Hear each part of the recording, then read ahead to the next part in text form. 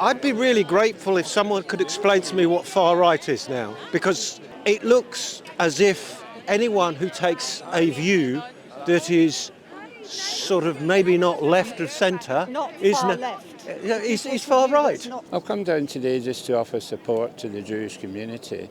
I just felt that they needed a voice as well. There's an awful lot of hate out there in the world today, and obviously, you know, the pro-Palestinian protests, which I kind of agree with as well, but nobody's speaking out for the Jewish community. Almost 2 months ago, the worst atrocity against the Jewish people was perpetrated by Hamas in southern Israel.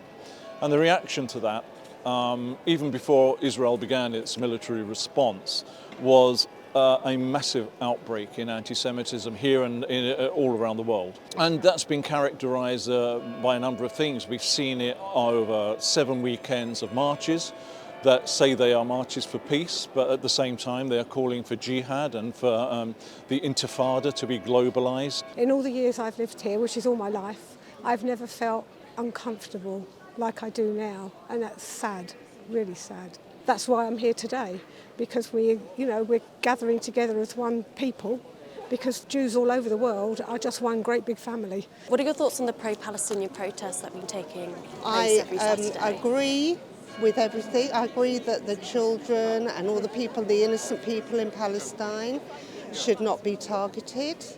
Unfortunately, it's a war situation and innocent people do die. But there's a lot of hatred that goes with it, and I think that's not necessary. The hatred What do you mean by hatred? Towards normal Jewish people that comes out of that. It's quite like a broad assumption for everyone, do you think? Or would you say that everyone at these marches is like that? No, possibly not, but I would say I would feel very humiliated going up to London, and it has put me off a little bit coming up to London. This is my first time since all of this. Oh, really? I haven't been on any of the other marches. I just think that a group like the Socialist Worker that openly support terrorism with the small caveats that they don't support Hamas's ideas on LGBT rights and women, but they have no problem with the massacre of Israelis. So I'm like, if you're holding a sign from the Socialist Worker, which every protest, hundreds of thousands of people are, you are inadvertently advertising an anti-Semitic organisation that proudly supports Hamas. It's a damning indication of the current education that kids are getting is they have no clue what they're talking about. They bandy the word fascism around, and when actually asked about it, to maybe debate that, they have no clue.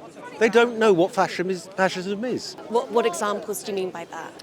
It's kind of things like that if you take an opposing view to the current marches that have been happening on the Saturdays, well, obviously you're a fascist, aren't you?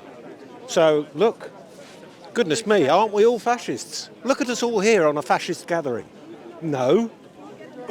A fascist would be, I don't know, Mussolini maybe? I think a lot of people in this country do not understand the Middle East very well and how the Middle East works and the amount of hatred that they have towards Jews.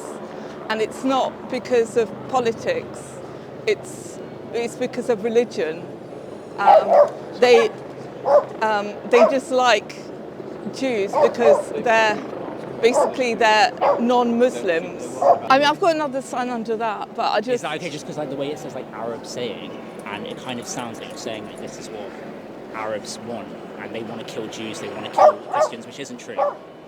How do you know? Like, well, I'm just saying it's not the message of our protest. I think the lowest point so far was during what was the so-called inverted commas peaceful demonstration that took place across the Remembrance weekend.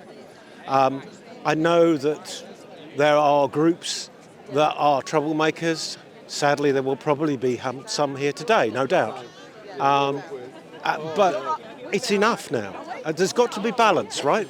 That's all. I guess on Remembrance Day, the majority of the violence on Remembrance Day and the majority of arrests were from the far-right groups that came and were surrounding the cenotaph and were attacking police officers, rather than actually the pro-Palestinian protesters. I'd be really grateful if someone could explain to me what far-right is now, because it looks as if anyone who takes a view that is sort of maybe not left of centre, Not is far left. is far right. Not